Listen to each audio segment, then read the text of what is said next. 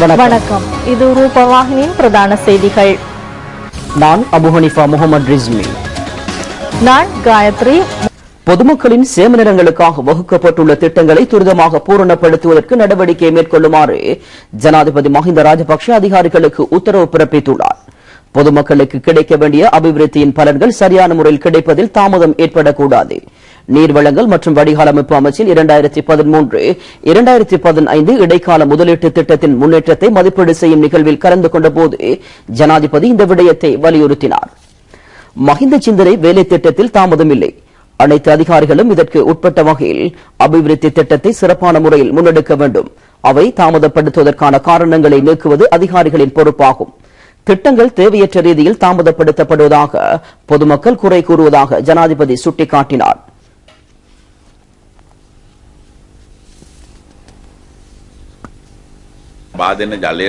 இது தொடர்பாக ஜனாதிபதி மேலும் கூறுகையில், விநியோகிக்கப்படும் நீருக்கான செலவு தொடர்பில் பொதுமக்களுக்கு தெளிவு குறைவு. இதனாலே நீர் வீண்விரயமாகின்றது. இதனை கட்டுப்படுத்துவதற்கு நடவடிக்கை மேற்கொள்ளப்பட வேண்டும் என்றார்.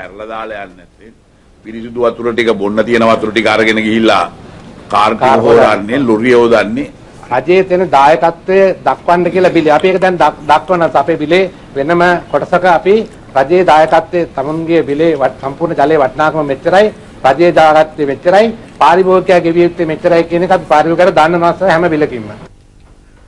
பொதுமக்களின் குடிநீர் தேவையை பூர்த்தி செய்தல், நீர் வீண்விரயத்தை குறைப்பது, சிறுநீரக நோய்க்கு தீர்வு, தேகாரோக்கியம் போன்ற திட்டங்களுக்கு அரசாங்கம் முக்கியத்துவம் அளித்துள்ளது. பொதுமக்களில் 86% பாதுகாப்பான குடிநீரை வழங்குவது அரசாங்கத்தினால் முடிந்துள்ளது. இதனை 2020 ஆண்டில் 100% மேம்படுத்துவதே நோக்கமாகும். சிறுநீரக நோயை கட்டுப்படுத்துவதற்கான திட்டத்திற்கு ஜனாதிபதி நிதியத்திலிருந்து ஒத்துழைப்பை வழங்க முடியும் என்றும் ஜனாதிபதி குறிப்பிட்டார். மறுசீரமைக்கப்பட்ட தெருக்கள் நீர்வளங்கள் சபையினால் உடைக்கப்படுவதாக தெரிவிக்கப்படும் குற்றச்சாட்டு குறித்தும் கவனத்தில் கொள்ளுமாறு சம்பந்தப்பட்ட அதிகாரிகளுக்கு ஆலோசனை வழங்கப்பட்டுள்ளது. கதிர்காமம் புனித பூமியில் குடிநீர் உள்ளிட்ட அனைத்து வசதிகளையும் பூர்த்தி செய்வதிலும் விசேட கவனம் செலுத்தப்பட்டது. பொதுமக்களிடமிருந்து கிடைத்த முறைப்பாடுகள் குறித்து ஜனாதிபதி அதிகாரிகளிடம் விளக்கம் கோரினார். அமைச்சர்களான தினேஷ் குணவர்தன, பெசில் ராஜபக்ஷ, டக்ளஸ் தேவானந்தா, பிரதியமைச்சர் நிரூபமா ராஜபக்ஷ, ஜனாதிபதியின் செயலாளர் லலித் வீரதுங்க, நிதியமைச்சின் செயலாளர் கலாநிதி PV ஜெயசுந்தர, நீர் விநியோக சபையின் செயலாளர் அபே குணசேகர உள்ளிட்ட பலர் இதில் கலந்து கொண்டனர்.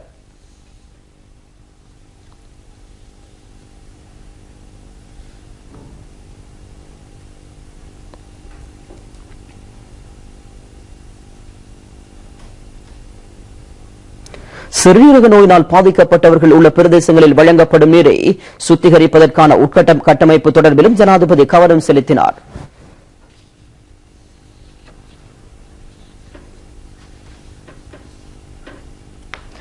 சட்டவிரோதமாக ஆஸ்திரேலியாவுக்கு சென்று கொண்டிருந்த வேளையில் விபத்துக்குள்ளான படகிலிருந்து மீட்கப்பட்ட 73 இலங்கையர்கள் இன்று காலை காலி துறைமுகத்துக்கு அழைத்து வரப்பட்டதாக கடற்படையினர் தெரிவித்துள்ளனர். சுமார் 290 கடல் மைல்கள் தூரத்தில் ஆழ்கடலில் படகு விபத்துக்குள்ளானது. கடந்த 16ஆம் தேதி இரவு மிரிச பிரதேசத்திலிருந்து ஆஸ்திரேலியா நோக்கி புறப்பட்ட படகொன்று விபத்துக்குள்ளானதாக புலனாய்வு பிரிவுக்கு தகவல் கிடைத்துள்ளது. இதனைத் தொடர்ந்து மேற்கொள்ளப்பட்ட நடவடிக்கையில் 16 சிறுவர்கள் அடங்கலாக 68 தமிழர்களும் 4 முஸ்லிம்களும் சிங்களவர் ஒருவரும் மீட்கப்பட்டனர். இவர்கள் யாழ்ப்பாணம், திருகோணமலை, மட்டக்களப்பு ஆகிய மாவட்டங்களை வதிவிடமாக கொண்டவர்கள் என்பது தெரிய வந்துள்ளது. மீட்கப்பட்டவர்களில் 17 சிறுவர்களும் இருந்ததாக கடற்படை தெரிவித்துள்ளது. கடற்படையின் கோரிக்கைக்கு அமைய போயாஷியம் ஷஃபார் என்ற வர்த்தக கப்பலைச் சேர்ந்த பணியாளர்கள் நடவடிக்கைகளை முன்னெடுத்திருந்தனர். சர்வதேச கடற்படை மற்றும் சட்ட விதிகளை பாதுகாப்பதற்காக இந்த கப்பல் வழங்கிய ஒத்துழைப்பை பாராட்டுவதாக கடற்படை தெரிவித்துள்ளது.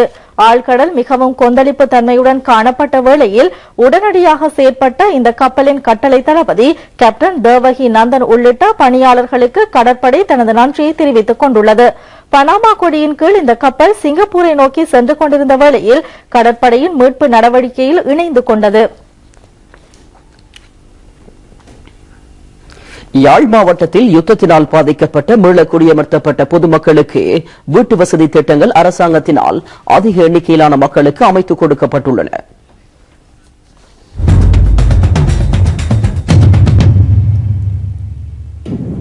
இத்தகைய 30,000 வீடுகள் நிர்மாணிக்கப்பட்டு கையளிக்கப்பட்டுள்ளதினால் 65% மக்களின் வீட்டு தேவைகள் பூர்த்தி செய்யப்பட்டுள்ளன. எஞ்சியுள்ள வீட்டு தேவைகளை பூர்த்தி செய்யும் நோக்கத்தில் இந்திய அரசின் உதவியுடன் தற்சமயம் 8,500 வீடுகள் நிர்மாணிக்கப்பட்டு வருகின்றன என்று அரசாங்க அதிபர் சுந்தரம் அருமை நாயகம் எமது நிலையத்திற்கு தெரிவித்துள்ளார். வீட்டு திட்டத்தை கூட நாங்கள் குறிப்பிட்டாக வேண்டும். ஏனென்றால் வீட்டு திட்டத்திலே ஒரு பாரிய முன்னேற்றம் ஏற்பட்டிருக்கின்றது. உண்மையில் கடந்த காலங்களில் கடந்த 3 வருட கால பகுதியிலே ஏறத்தாழ 30,000 வீடுகள் கட்டப்பட்ட ஒரு நிலையில் தற்பொழுது இந்திய வீட்டு திட்டத்தினூடாகவும் 8,500 வீடுகள் கட்டப்படுவதற்கான ஏற்பாடுகள் மேற்கொள்ளப்பட்டுக் கொண்டிருக்கின்றது.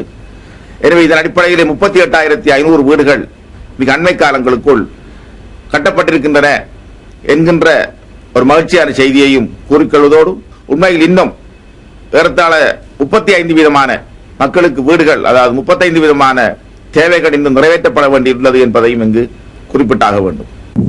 தங்களுக்கான வீட்டு திட்டத்தை பூர்த்தி செய்து வழங்கியமைக்கு அரசாங்கத்திற்கு பொதுமக்கள் நன்றி தெரிவித்துள்ளனர்.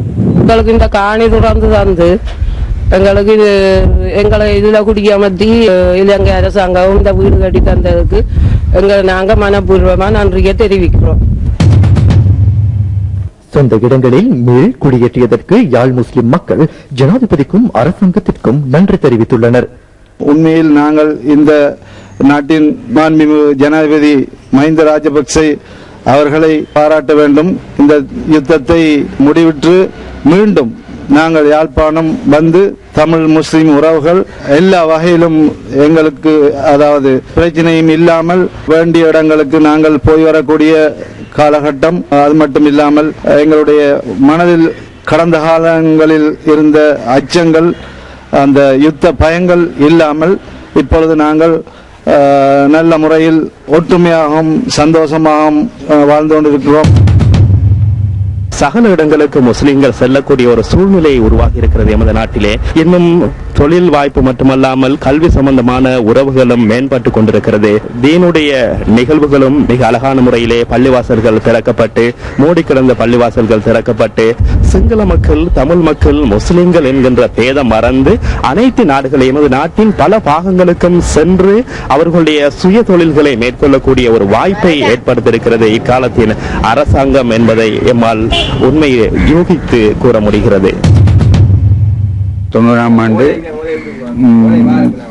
பயங்கரவாதிகளால் விரட்டி அடிக்கப்பட்டு நாங்கள் தற்சமயம் புத்தகத்தில் வழியாக இருந்து 23 வருஷத்துக்கு பிறகு யாழ்ப்பாணம் வந்திருக்கிறோம்.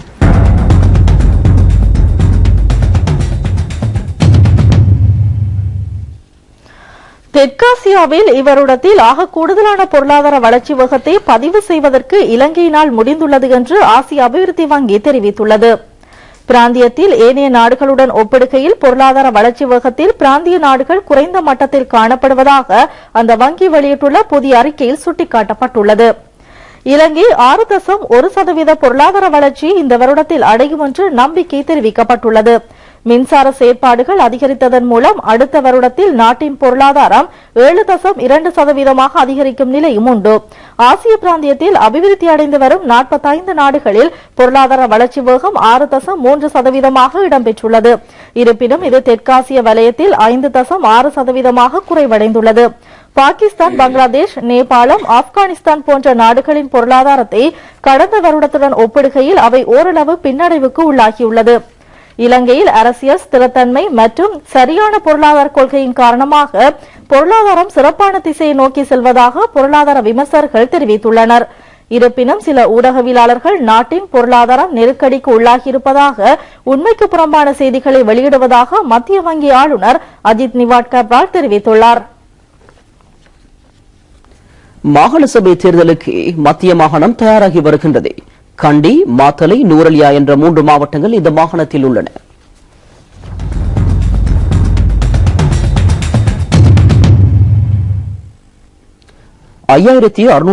சதுர கிலோமீட்டர் விஸ்தீரணத்தை கொண்ட மத்திய மாகாணத்தில் 25 லட்சத்திற்கும் அதிகமான மக்கள் வாழ்ந்து வருகின்றனர்.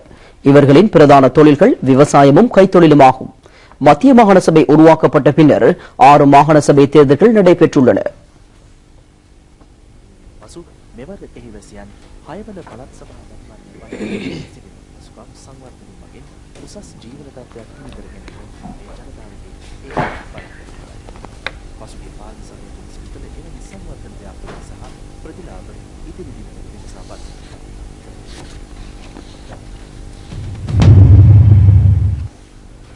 பெருந்தோட்ட மக்களுக்கு சொந்த காணியில் நிரந்தர வீடுகள் அமைக்கப்பட்டு காணி உறுதியும் வழங்கப்படும் என்று பிரதம மந்திரி டி.எம். ஜெயரத்ன தெரிவித்துள்ளார். கலஹா லிட்டில் வெளி தோட்டத்தில் இடம்பெற்ற விசேட கூட்டத்தில் அவர் தொடர்ந்து உரை நிகழ்த்துகையில் தோட்ட மக்கள் அனைவரும் சிறந்ததொரு கிராம முன்னேற்றத்தின் கீழ் குடிநீர், மின்சாரம் உட்பட சகல வசதிகளையும் கொண்ட வீடுகளில் குடியமர்த்தப்பட வேண்டும் என்றும் குறிப்பிட்டார்.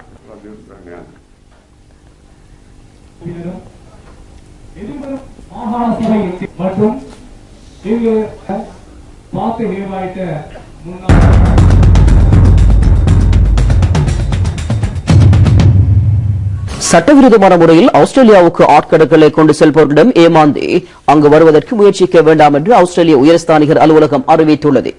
இதனால் தமது உயிரிழப்பு மற்றும் பணம் வீண் விரயம் மட்டுமே ஏற்படும் என்றும் இன்று நடைபெற்ற ஊடகவியலாளர் சந்திப்பின் போது அலுவலகம் சுட்டிக்காட்டியுள்ளது. சட்டவிரோத குடியேற்றவாசிகள் தொடர்பாக ஆஸ்திரேலிய அரசாங்கம் கடைபிடிக்கும் சட்ட நடைமுறைகளில் மாற்றங்கள் ஏற்பட்டுள்ளன. இதற்கமைய செல்லுபடியான விசா இன்றி படகுகள் மூலம் ஆஸ்திரேலியாவுக்கு வரும் இளைஞர்களுக்கு அங்கு குடியேறுவதற்கான சந்தர்ப்பம் கிடையாது என்றும் பதில் ஆஸ்திரேலிய உயர்ஸ்தானிகர் திருமதி ஷொன்ஷா கோபே தெரிவித்துள்ளார். ஜூலை 19ஆம் தேதிக்கு பின்னர் ஆஸ்திரேலியாவுக்கு வரும் அனைத்து சட்டவிரோத குடியேற்றவாசிகளும் பப்புவா நியூகினிக்கு அனுப்பப்படுவார்கள். இதன் பின்னர் அவர்கள் பப்புவா நியூகினியின் சட்டத்திற்கு உட்படுத்தப்படுவார்கள். ஜூலை 19ஆம் தேதிக்கு முன்னர் வருகை தந்த சட்டவிரோத குடியேற்றவாசிகள் ஆஸ்திரேலிய சட்டத்திற்கு உட்படுத்தப்படுவார்கள். 2012ஆம் ஆண்டு ஆகஸ்ட் மாதத்திலிருந்து சட்டவிரோதமாக ஆஸ்திரேலியாவுக்கு வந்த 1300 இளைஞர்கள் தற்பொழுது இலங்கைக்கு நாடு கடத்தப்பட்டுள்ளனர். புதிய சட்டம் தொடர்பாக ஆஸ்திரேலிய அரசாங்கம் பப்புவா நியூகினி அரசாங்கத்துடன் புதிய உடன்படிக்கைக்கு வந்துள்ளது.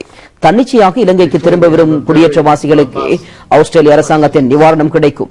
இதுவரையில் சட்டவிரோதமாக ஆஸ்திரேலியாவுக்கு வந்த குடியேற்றவாசிகள் பெரும் எண்ணிக்கையிலானோர் பப்புவா நியூகினியில் தடுத்து வைக்கப்பட்டுள்ளனர். Significant disruptions by the Sri Lankan Navy, including இலங்கையில் மிகவும் பிரபல்யம் மிக்க ரியாலிட்டி நிகழ்ச்சியான தேசிய தொலைக்காட்சியின் ரணவரு ரியல் ஸ்டாரின் 3வது சுற்று இறுதிப் போட்டி நாளை இடம்பெறவுள்ளது. கொழும்பு சுகததாச உள்ளக விளையாட்டரங்கில் இது நடைபெறும்.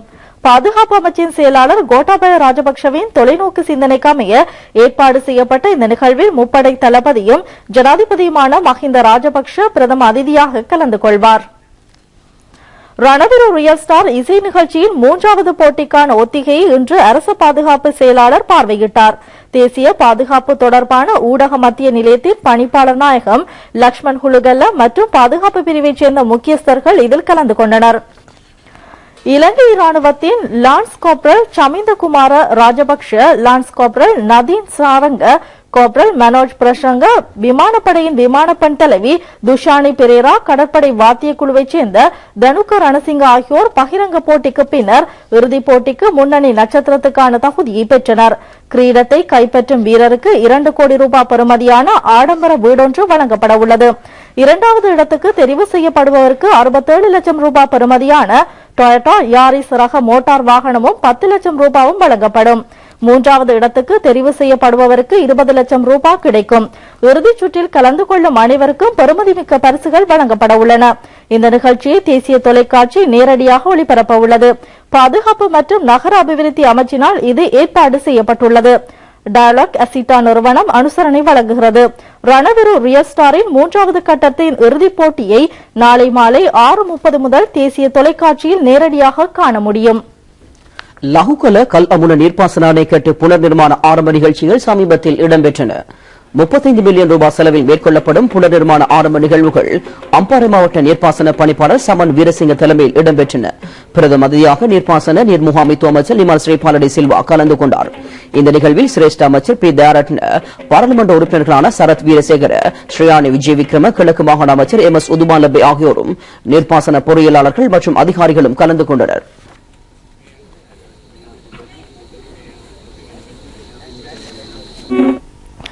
அம்பாறை மாவட்டத்தில் பெரும்போகத்தின் போது செய்கை பண்ணப்பட்ட 1,45,000 ஏக்கரில் நெல் அறுவடை ஆரம்பிக்கப்பட்டுள்ளது.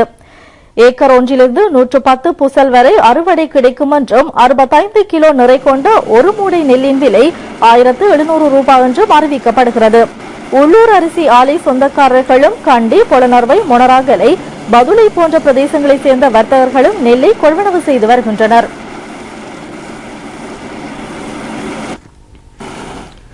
மட்டக்களப்பு கிரான் கருங்கலியடிவட்டை பிரதேசத்தில் உள்ள காணிகளை உரிமையாளர்களிடம் ஒப்படைக்க நடவடிக்கை எடுக்கப்பட்டுள்ளது.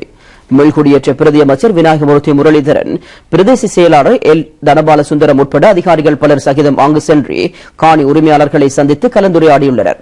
கருங்காலியடிவட்டை பிரதேசத்தில் 60 குடும்பங்கள் இடம்பெயர்ந்து தங்கியிருந்த தற்காலிக இடங்களில் நிரந்தர குடியிருப்புகள் அமைக்கப்பட்டுள்ளன. இந்த காணிகளை உரிமையாளர்களிடம் ஒப்படைப்பதற்கான நடவடிக்கைகள் எடுக்கப்பட்டு வருகின்றன.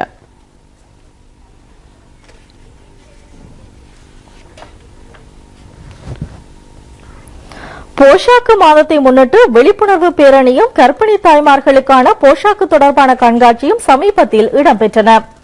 வாகரி சுகாதார வைத்திய அதிகாரி டாக்டர் AP திசாநாயக்க தலைமையில் இடம்பெற்ற விழிப்புணர்வு பேரணி கண்டலடி அருந்ததி வித்தியாலயத்துக்கு முன்னால் ஆரம்பித்து சுகாதார வைத்திய அலுவலகத்தை வந்தடைந்தது. அதனை அடுத்து மாணவர்களுக்கும் கர்ப்பிணி தாய்மார்களுக்கும் பயனாளிகளுக்கும் போஷாக்கு தொடர்பான கண்காட்சி இடம்பெற்றது. இந்த நிகழ்வில் சுகாதார அதிகாரிகள், பொதுமக்கள், மாணவர்கள் உட்பட பலர் கலந்து கொண்டனர்.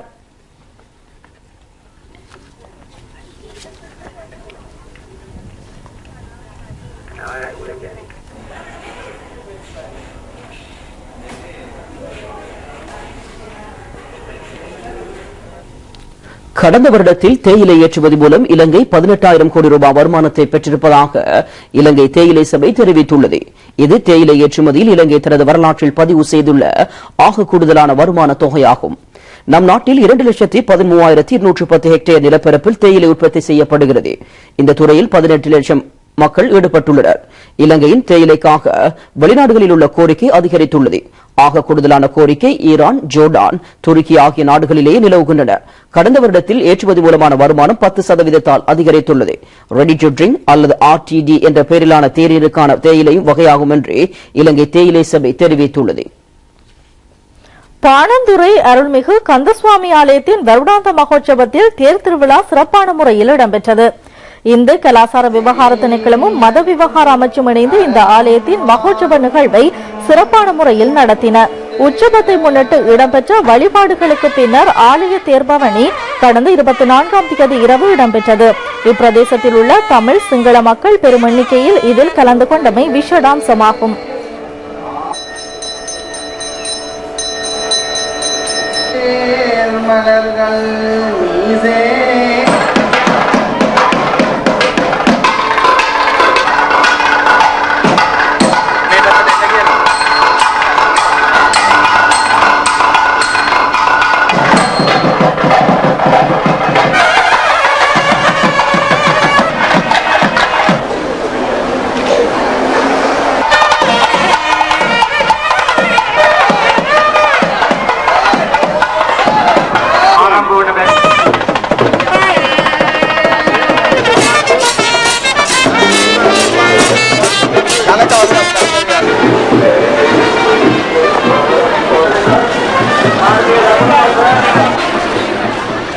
வணக்கம்.